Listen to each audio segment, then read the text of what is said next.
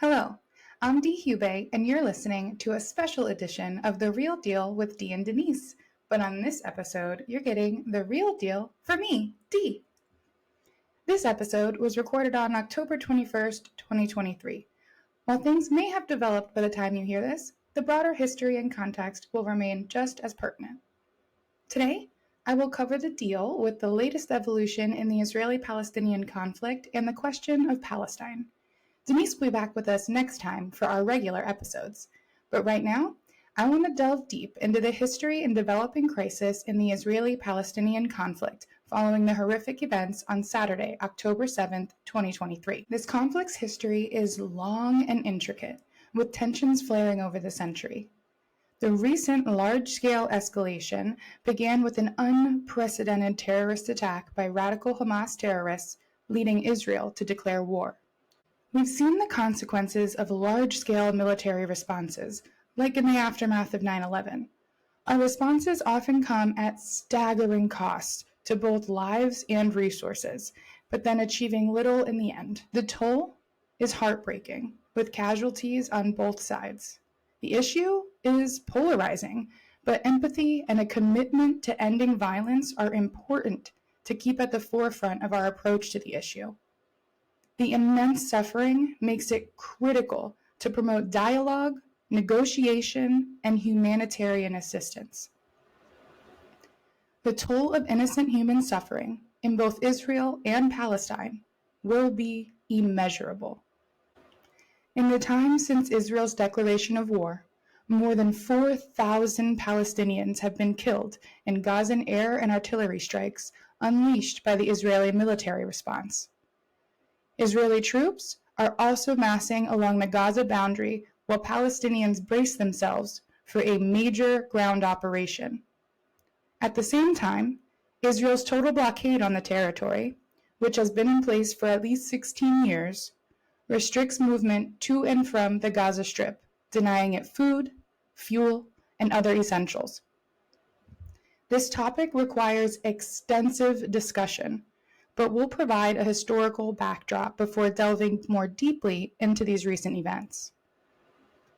Learning from history is key to avoiding repeating the same mistakes. As we discuss this complex issue, remember that terrorism and murder can never be justified. Before we embark on this journey through the history of the Israeli-Palestinian conflict, I want to take a moment to express my deepest sympathies and solidarity with the innocent people and civilians caught in the crossfire. Those who know me understand that I've been vocal about the need to free Palestine. But let me be clear. This means advocating for the freedom of the innocent Palestinian people and civilians. It does not mean condoning, commending, or in any way supporting the violent terrorism against innocent Israelis. What Hamas is doing is terroristic, monstrous, and inexcusable. Of that, there is no question. There is never a justification for the torture, terror, and killing of innocent people. Period. If we are to condemn violence and terrorism and gross violations of human rights, as we all should, it must be done universally, without selectivity or hypocrisy. We must call it out in all of its forms, all of the time, every time. In 2021, I strongly condemned Israel's actions, and now, unequivocally and in no uncertain terms, I condemn Hamas and its attack on innocent people and Israelis. But amidst this tragedy and sorrow, it is vital that we approach this issue analytically and critically, rather than reacting impulsively.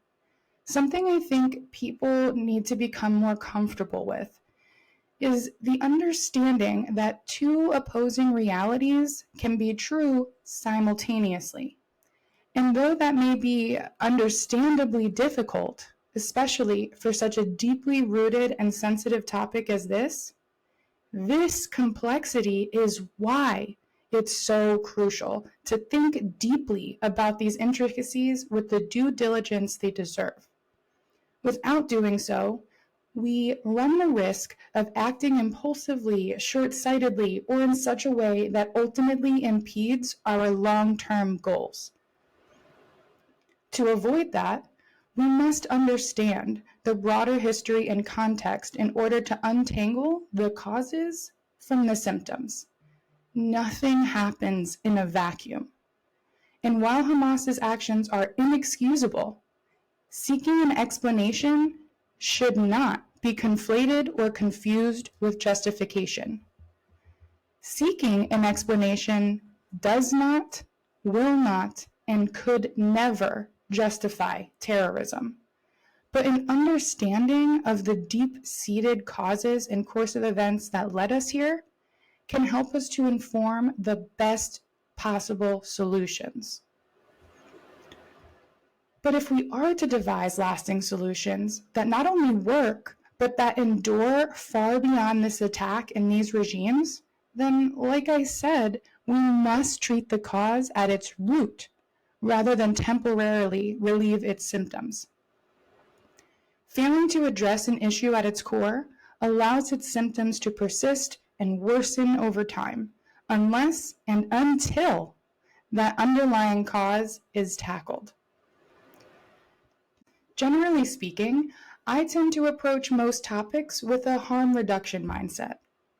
Even if we can't stop the problem entirely, we should at least aim to reduce and minimize the harm, suffering, and other negative consequences to the lowest possible levels for all parties involved.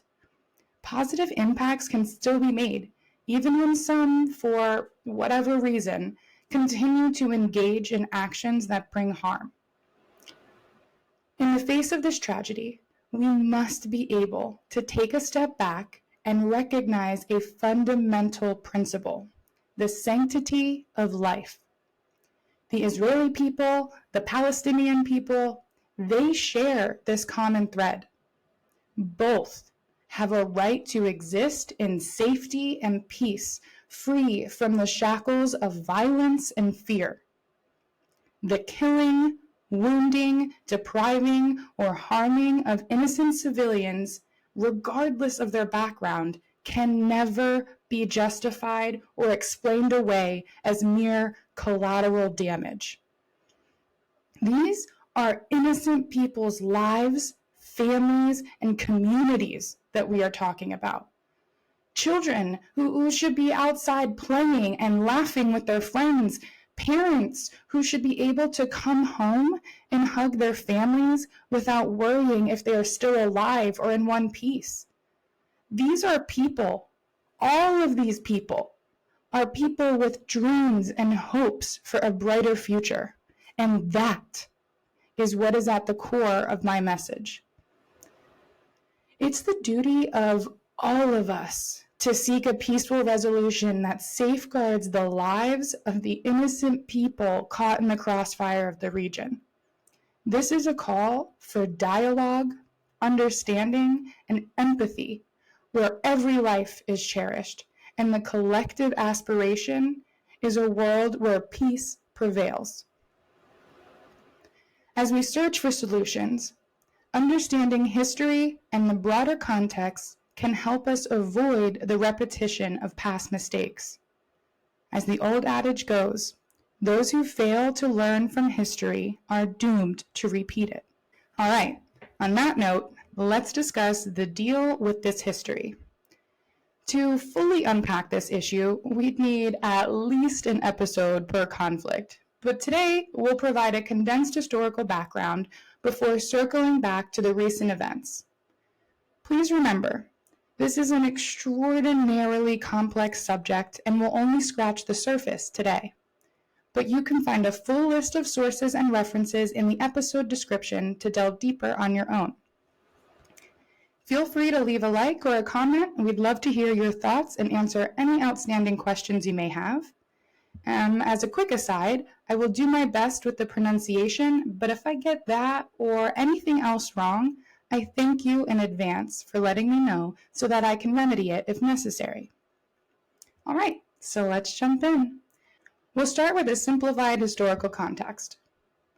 In the early 20th century, the contemporary Israeli-Palestinian conflict emerged, rooted in competing claims to the land. On one side, there are Jewish aspirations for a national homeland after being exiled around 597 BCE. And on the other side, we have an Arab resistance asserting their own right to the territory as its now long-standing residents for over 2 millennia. Before we continue, let's ensure we're all on the same page. To set the stage, let's begin with some crucial definitions. Throughout this episode, we'll define essential terms and concepts as they emerge. All right, the Middle East. The Middle East is a strategically vital transcontinental region situated at the junction of Eastern Europe, Western Asia, and Northern Africa, known for its great cultural, historical, and geopolitical significance. It includes the territories of Palestine and countries such as Saudi Arabia, Iran, Turkey, Israel, Egypt, and many, many others. The region has been a focal point for various conflicts and has substantial reserves of oil, making it a key player in the global economy. The Holy Land. The Holy Land refers to the sacred region encompassing Israel and Palestine, which holds profound religious significance for Jews, Christians, and Muslims alike, due to its association with various religious events and sites. Throughout the 20th century, the Holy Land has been a point of contention between Jewish and Arab national movements, leading to, as you'll see, cyclical periods of violence and, at times, full-scale warfare. Jerusalem. Jerusalem, located in the Holy Land, is one of the oldest continuously inhabited cities in the world. The city is a focal point in the Israeli-Palestinian conflict, with various proposals and negotiations regarding its status, as both Israelis and Palestinians consider it their capital. Palestine. Palestine is a historical region in the eastern Mediterranean, encompassing parts of modern-day Israel and the existing Palestinian territories.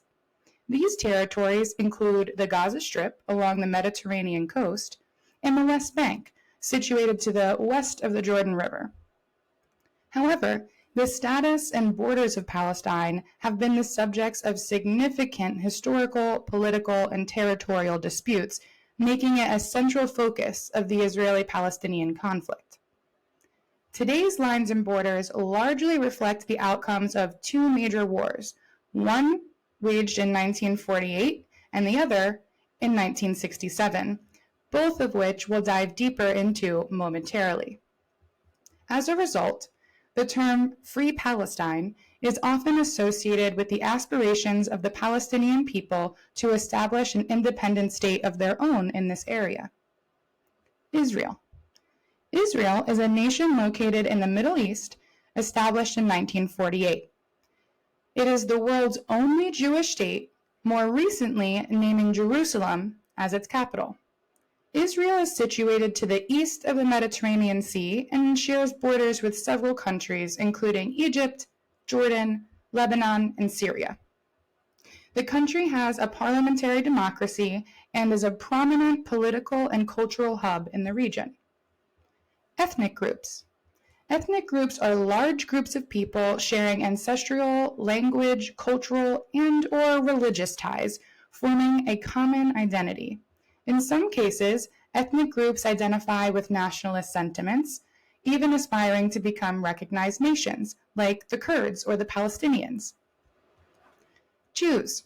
Jews, or the Jewish people, are a diverse ethnic and religious group united by a shared cultural and historical heritage.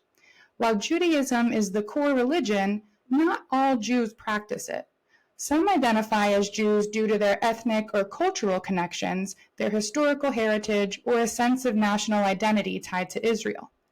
This multifaceted identity underscores the complexity of what it means to be Jewish. Palestinian. A Palestinian is someone who associates with or hails from the historical region between the eastern Mediterranean Sea and the River Jordan, which was historically known as Palestine. While most Palestinians identify as Muslim, they form a diverse population that includes Arabs, Muslims, and Christians who share a common cultural and historical bond with the land.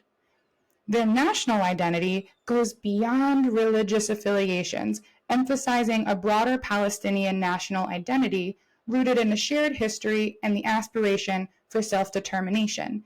In these ways, they are similar to Jews. The question of Palestine. The question of Palestine is another complex and multifaceted term used by the global community for over a century, and it refers to the ongoing political and territorial disputes concerning the land's borders and status. At its core, the question revolves around competing claims and aspirations for Israelis and Palestinians over the historic land of Palestine, which includes now modern-day Israel and the Palestinian territories, including the Gaza Strip and the West Bank. Aside from statehood and sovereignty issues, the term also encompasses broader challenges and consequences, including the displacement of Palestinian refugees, the status of Jerusalem, border disputes, security concerns, and the quest for a peaceful resolution to the conflict. We'll soon delve into the intricacies of the question of Palestine to better understand its historical and contemporary dimensions. Gaza and the Gaza Strip. While they're often used interchangeably, Gaza refers to a city with cultural, economic, and political significance, while the Gaza Strip, which encompasses Gaza, refers to the coastal Palestinian territory along the Mediterranean Sea and shares a border with Egypt.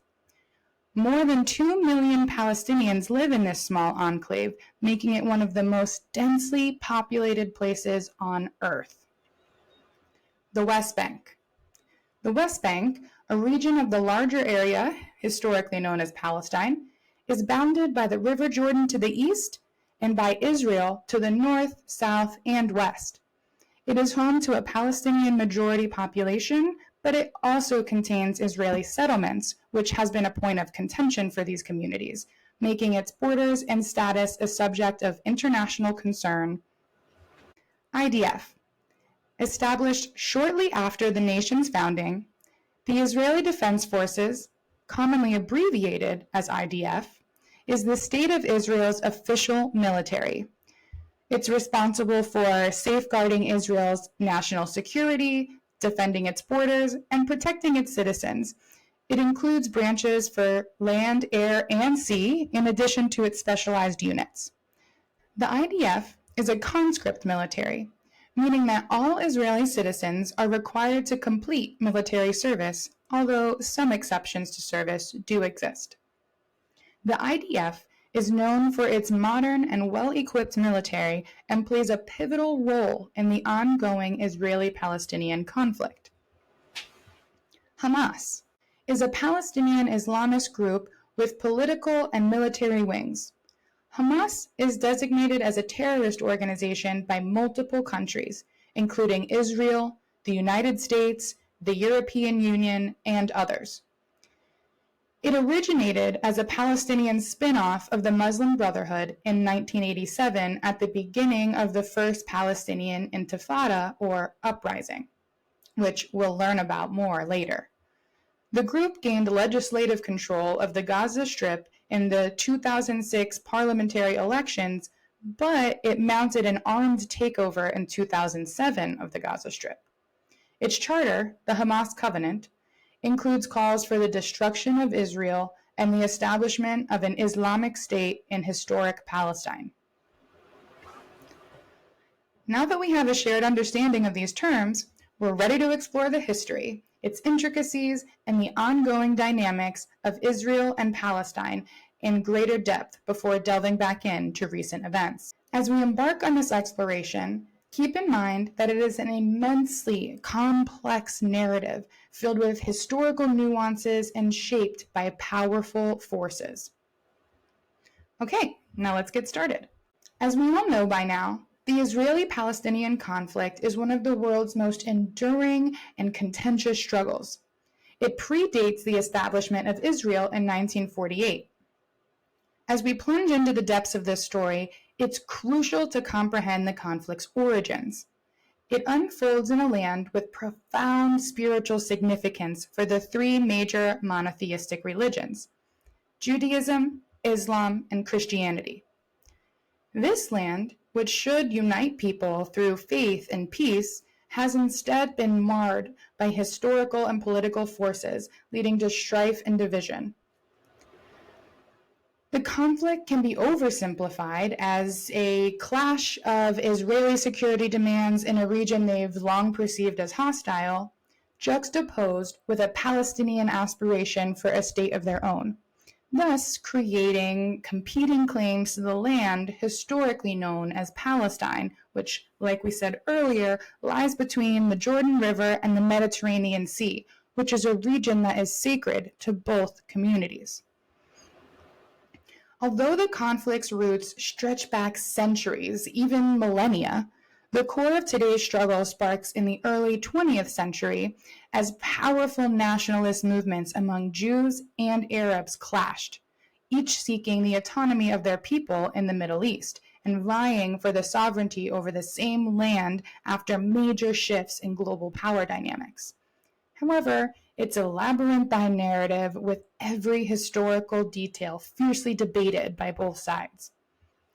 Their mirrored goals may seem straightforward, yet they're extraordinarily challenging to attain. In the centuries since, the region has witnessed wars, uprisings, and fleeting moments of hope for compromise. Today, it remains fraught with tension and conflict, casting a long shadow over global peace efforts. The events that have shaped this perilous situation are blurred by intense controversy surrounding the question of Palestine, underscored by passionate arguments and dissent from both sides. The Palestinian question, a phrase with profound implications, first emerged on the world stage in the aftermath of World War I, but the story runs deeper, holding echoes of centuries past. Since the dawn of the 16th century, the region of Palestine laid firmly in the grip of the Ottoman Empire, a dominion that spanned centuries. But in the early 19th century, the tides of World War I were upon us. And in the early 20th century, the tides of World War I brought seismic shifts in global power dynamics, placing this once Ottoman territory under the aegis of the British Empire. This shift offered a glimmer of hope for Israelis and Palestinians, but it also set the stage for their fierce competition over sovereignty and self-determination. For Jews, Palestine held profound significance due to its deep ancestral ties. Simultaneously, Palestinian Arabs, who had resided in the region for generations and formed the population's majority, also held strong claims to the territory. In 1922, the League of Nations placed several former Ottoman territories, including Palestine, under British administration. Over time, each of these regions gained full independence, except for Palestine. During British rule, a significant wave of Jewish immigrants and refugees arrived in the region, especially during the 1920s to the 1940s. The influx intensified during World War II as Jewish people sought refuge from Nazi persecution and the horrors of the Holocaust.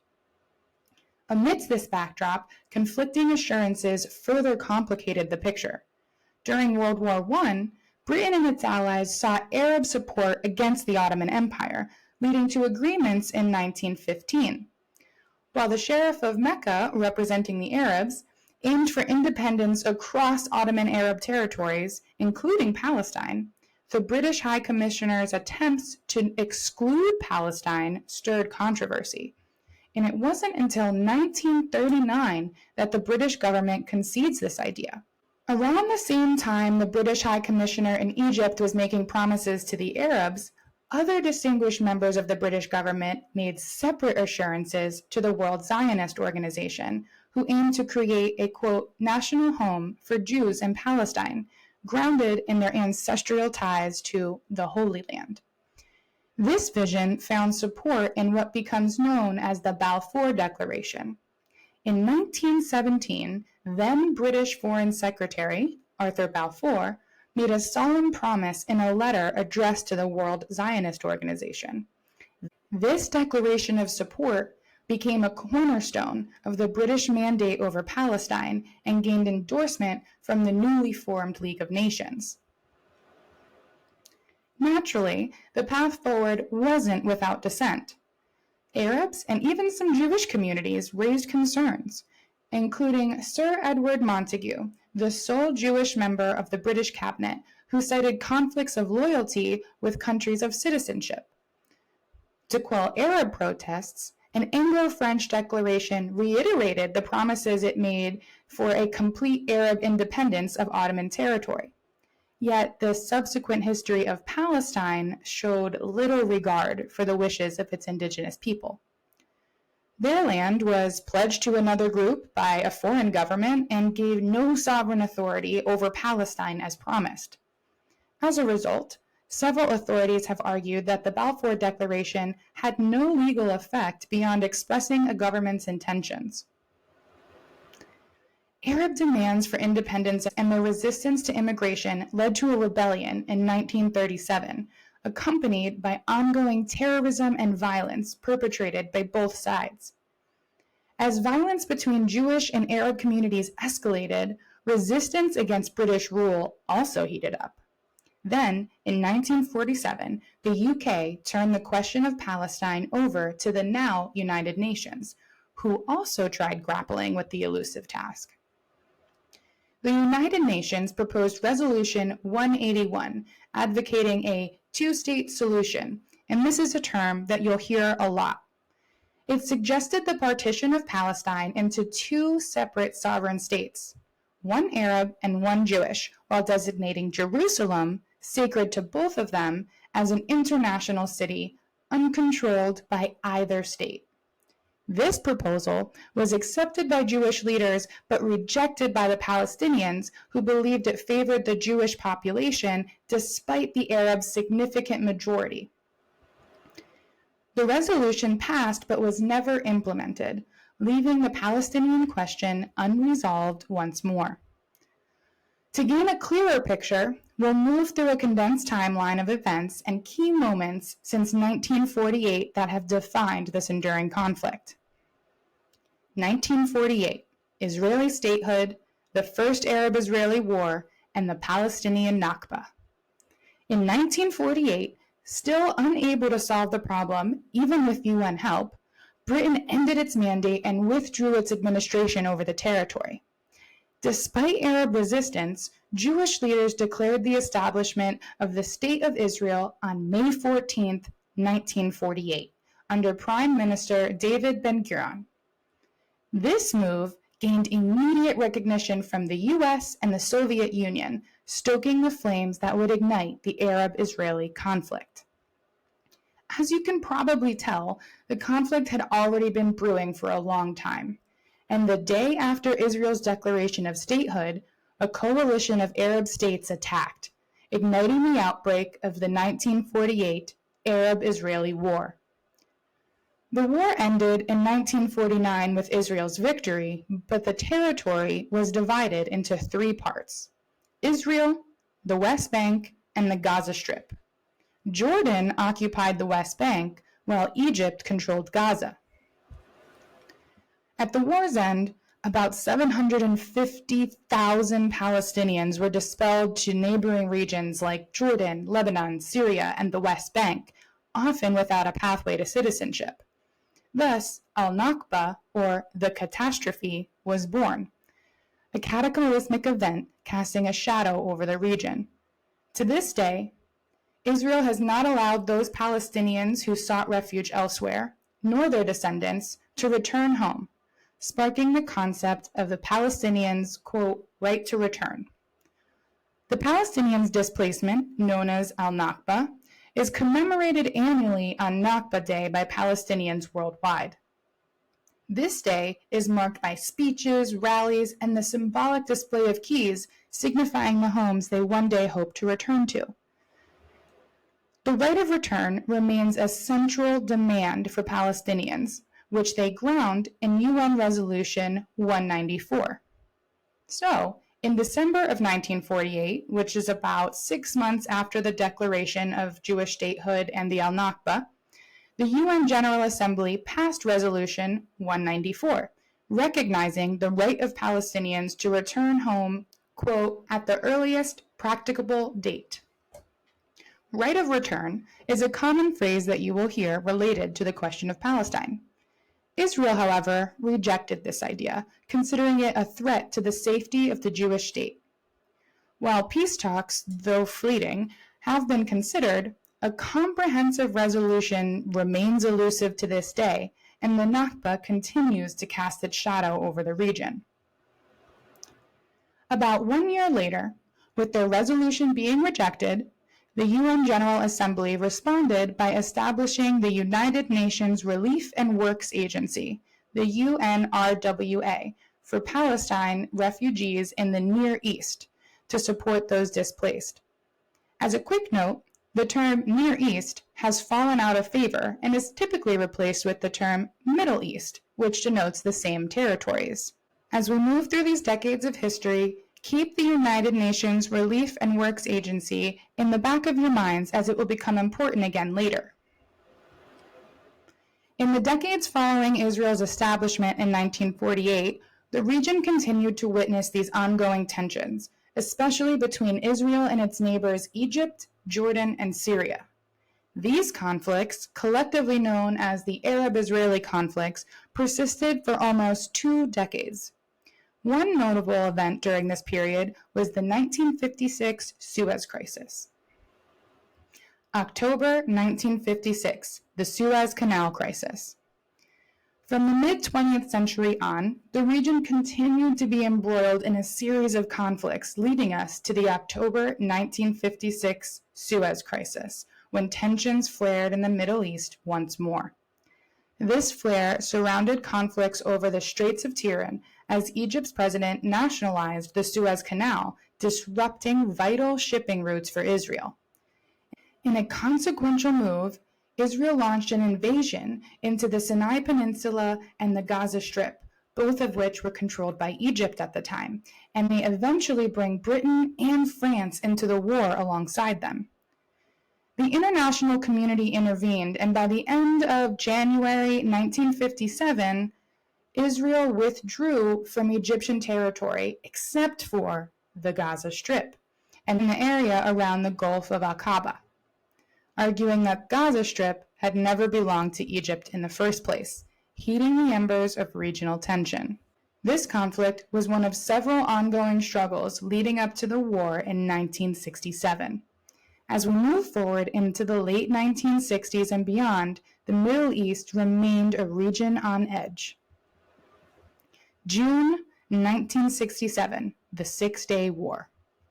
Fast forward to June 1967, the Six-Day War erupted, unfolding after a continued series of escalating tensions. Israel's earlier invasion of the Sinai Peninsula in 1956 had set the stage for Egypt, Jordan, and Syria to sign mutual defense pacts. In response, Israel launched a series of preemptive attacks against Egyptian airfields and other facilities, catching Egypt by surprise, demolishing their aerial assets, and gaining complete air supremacy. The results of this war were significant. Israel ultimately made major territorial gains, seizing the Gaza Strip and the Sinai Peninsula from Egypt, the Golan Heights from Syria, and the West Bank, which included East Jerusalem, from Jordan. This consequentially brought more than 1 million Palestinians under Israeli rule, while another few hundred thousand fled, further escalating the Palestinian-Israeli conflict. Following Israel's territorial gains, the UN Security Council passed Resolution 242, which called for the withdrawal of Israeli troops from these occupied lands. Israel, however, did not comply, leaving the conflict unresolved. In the years following, Israel established Jewish settlements on Palestinian territory that they occupied in the 1967 Arab-Israeli War, and this still remains a source of dispute between Israel, the international community, and the Palestinians today. Simultaneously, the issue of Jewish settlements is also among the most contentious between Israel and the Palestinians. The Palestinians have long called for the removal of all settlements, arguing that their presence on the land that they claim for a future independent Palestinian state makes it almost impossible to make such a state a reality. The issue of Israeli settlements in the West Bank and East Jerusalem remains a contentious international matter with differing opinions on their legality. The aftermath of the Six-Day War did not usher in an era of lasting peace. Instead, sporadic violence continued to mar the landscape. In the years before, during, and after this war, the region was marked by a series of violent exchanges. A cycle of tit-for-tat violence became the unfortunate norm, and both sides of the conflict, Israel and Palestine, engaged in this deadly back and forth. Today, Israel still occupies the West Bank and now claims all of Jerusalem as its capital, while Palestinians seek East Jerusalem as the capital of a future sovereign state. Though numbers have grown since, as of 2019, over 600,000 Jews lived across 140 settlements built since Israel's occupation of these areas in 1967. Despite international calls for Israel to withdraw from these occupied territories, as we know, the conflict remains unresolved. The settlements in the West Bank and East Jerusalem are widely considered illegal under international law, a stance that's supported by the United Nations and the United Kingdom, among almost everybody else. In fact, as of 2008, every government in the world, except for Israel, adopted the UN Security Council's position of illegality, though Israel has always disputed this. But in November of 2019, the Trump administration shifted the U.S. official position on Israeli settlements in the occupied West Bank, no longer viewing them as inconsistent with international law, quote, per se. Nonetheless, based on the result of numerous UN resolutions that say Article 49 of the Geneva Convention, the remaining international consensus continues to maintain that these Israeli settlements are illegal and in violation of international law. The hopes for lasting peace under a two-state solution, brought back into light after the UN's calls for Israeli withdrawal of the settlements, remains elusive. The situation was far more complex than diplomatic words on paper could resolve. Tensions remained high, the promise of reconciliation felt distant, and the cycle of tit-for-tat violence continued. In September 1972, the world watched in horror as Palestinian extremists from the Black September group carried out a tragic terrorist attack on the Munich Summer Olympics, killing 2 Israeli athletes and taking 9 more as hostages, who were also killed shortly thereafter. Amidst the contentious violence and chaos, the 1972 terrorist attack on the Munich Olympics set the stage for the conflict's next major war in the following year. This brings us to the Arab-Israeli War of 1973, also dubbed the Yom Kippur War or the October War. War erupted when an Arab coalition led by Egypt and Syria, supported by the Soviet Union, launched a coordinated attack on Israel during Yom Kippur, a sacred Jewish holiday. The war not only ended in massive casualties on both sides, but it also drew the United States into the fray, providing support that proved crucial to Israel during a pivotal moment in the region's turbulent history. After some deliberation, the U.S. provided Israel with a full-scale airlift of military equipment, enabling an Israeli counteroffensive that staved off Arab forces. 1974, PLO recognition. Rewinding quickly to 1964, the Palestinian Liberation Organization, or the PLO, was founded in Cairo, Egypt. Returning back now to 1974, a year after the Yom Kippur War, the Arab League recognized the PLO as the sole representative of the Palestinian people. The PLO also became recognized as the negotiating Palestinian party in the Oslo Accords, which we'll get to shortly. Since its establishment, the PLO had pursued armed means in its attempts to achieve Palestinian liberation until its classification as a terrorist organization by both Israel and the United States in the 1990s. In the years before, during, and after, sporadic violence continued to be waged by actors from both sides of the conflict, still continuing its tit-for-tat tactics. March 30th, 1976, Land Day. March 30th, 1976, marks a significant moment etched into the collective memory of the Palestinian people. A series of land confiscations by Israeli authorities ignited uprisings, strikes, and a wave of violence across the region, from the Sea of Galilee to the Negev. During these confrontations between the Israeli forces and Arab citizens, tragedy unfolded. 6 unarmed Arab citizens lost their lives, around 100 were wounded, and hundreds were arrested. This etched March 30th into the Palestinian memory as Land Day, transcending the borders of Israel and Palestinian territory and finding resonance in the hearts of Palestinians worldwide. This date also holds significance in the broader context of the Israeli-Palestinian conflict.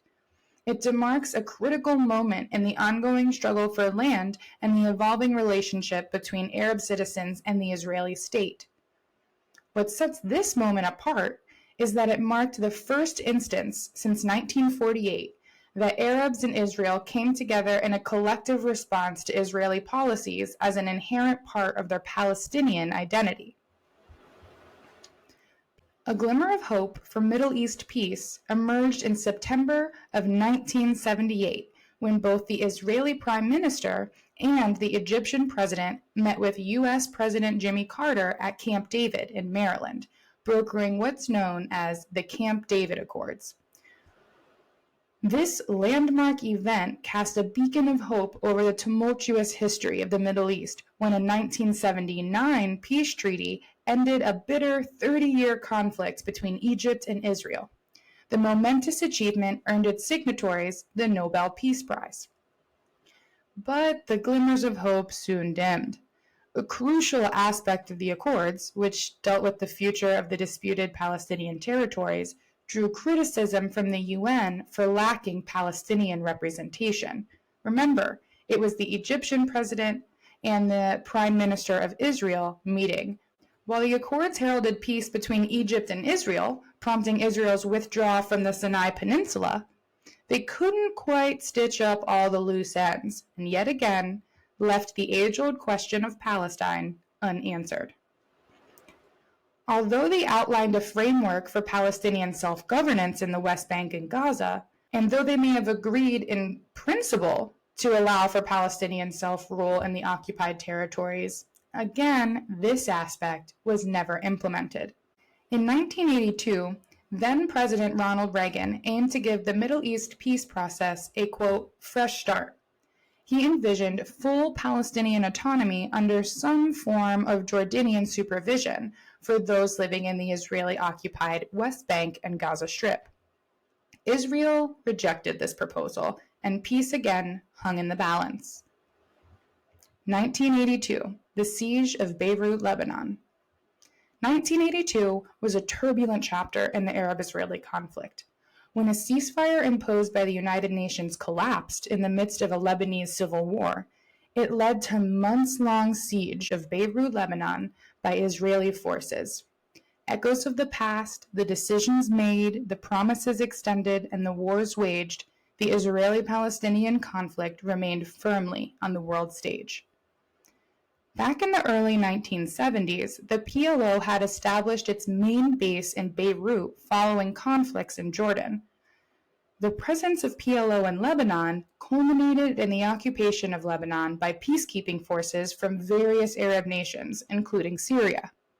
In the following years, the Syrian and PLO presidents in Lebanon grew, effectively undermining the control of the official Lebanese government. Tensions escalated, with artillery and rocket attacks launched against Israel.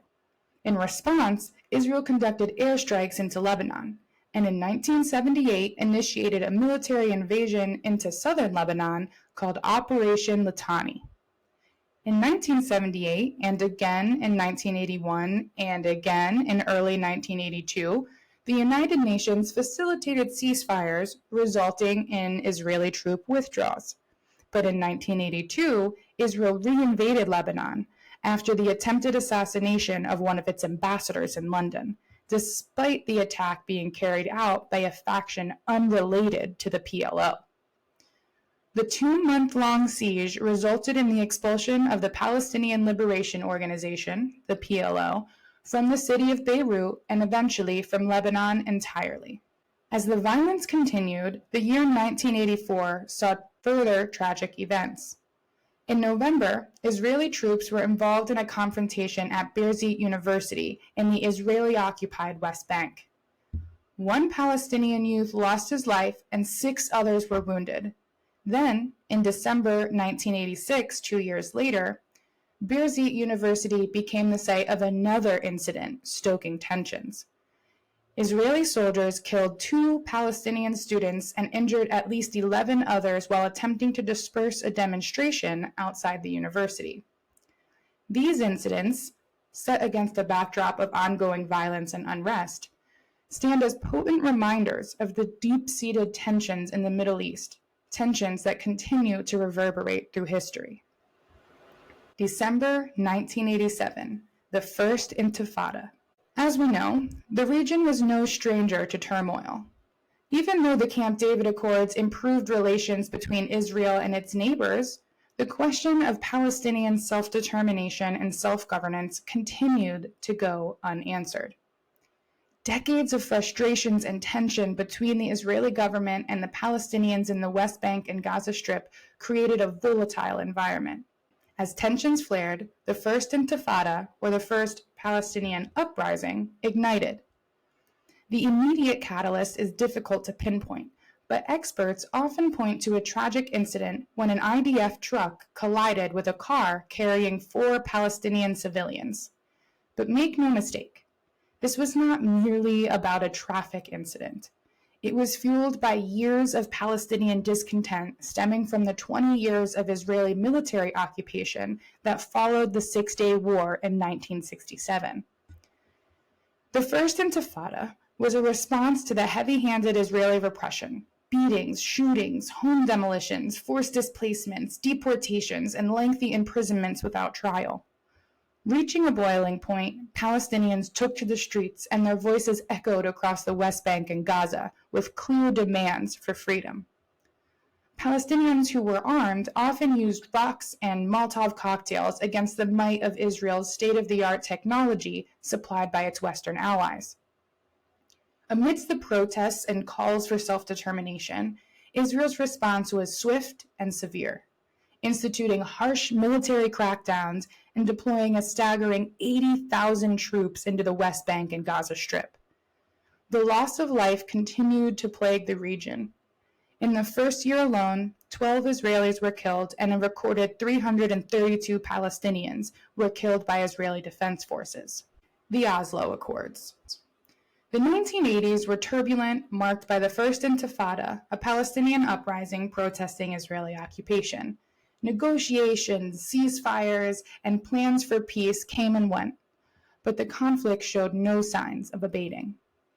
Fast forward to the early 90s after years of turbulence and ongoing tension. It's now 1993, and something pretty remarkable is happening. The PLO, which had been recognized by both Israel and the United States as the Palestinian negotiating partner, are sitting down with Israel to negotiate peace, which will go on to become the Oslo Accords 1 and 2. Now you may be thinking, what's the big deal with Oslo 1? Well, this momentous event comes the closest to answering the question of Palestine that the world had ever seen.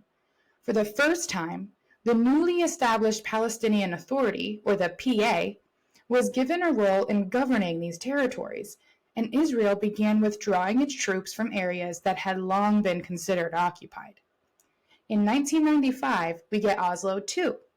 These accords expanded on the first agreement and mandated a complete Israeli withdrawal from 6 cities and 450 towns across the West Bank, which was a big step forward for Palestinian aspirations. However, there's always a caveat. While the accords did give Palestinians more autonomy, the accords didn't grant them full statehood, yet again leaving that part of the question unanswered.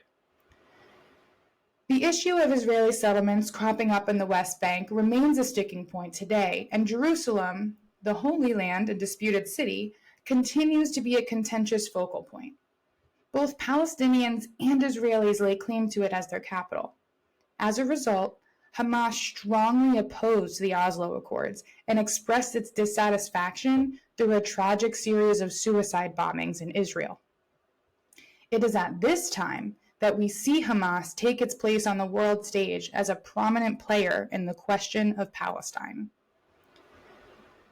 In the turbulent years that followed the signing of the Oslo Accords, the Israeli-Palestinian peace process faced a series of challenges and setbacks that would shape the path to peace in the region.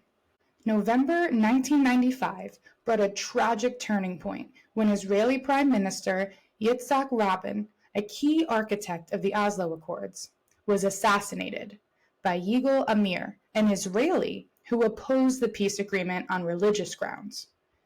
Rabin's murder sent shockwaves through the region and beyond, eroding the peace process and igniting yet another resurgence of violence.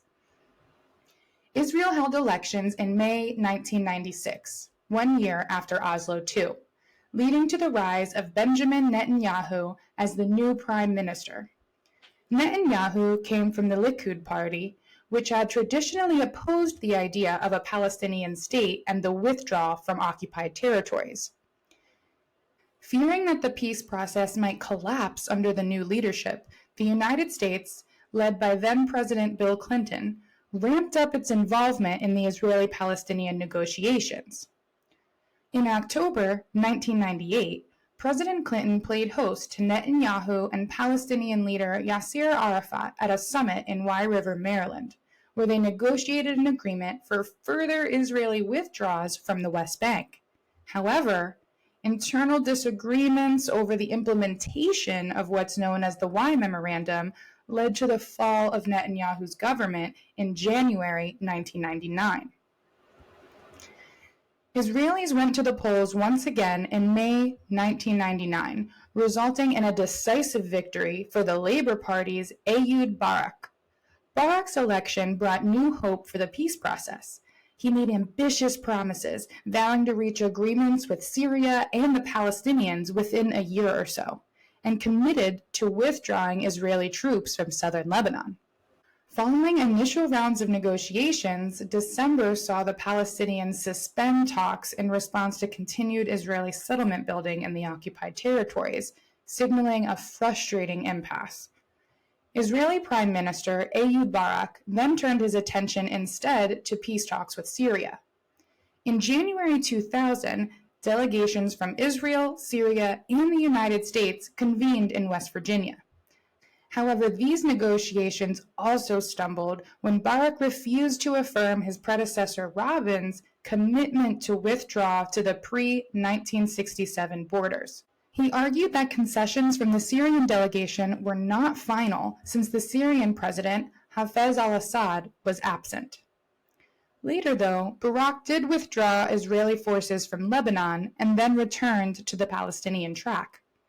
In July 2000, at Barak's urging, President Clinton organized a summit at Camp David, where they and Palestinian leader Yasser Arafat attempted to reach a final agreement concerning the West Bank and the Gaza Strip. These talks were marked by stark disagreements over issues such as borders, Jerusalem, and the recognition of the right of return for Palestinian refugees. However, this summit also concluded without a resolution. And so, at this juncture in history, significant steps have been taken toward a solution But the Israeli-Palestinian conflict is far from over, and its complexities continue to shape the destiny of the region. The road to peace remains rocky and fraught with obstacles. All right, listeners, so this wraps up our condensed journey through the 20th century, but the story is far from over. Tune in to part 2 as we delve into the complex history of the 21st century and today's ongoing developments. Parts 1 and 2 were made available simultaneously for your exploration, so you can jump back in right away. To stay updated, don't forget to subscribe to our podcast on YouTube and Spotify, and follow us on social media at TheRealDeal_pod. Again, that's TheRealDeal_pod. I'm eager to hear your thoughts on this matter, so please leave us a comment or drop us a DM.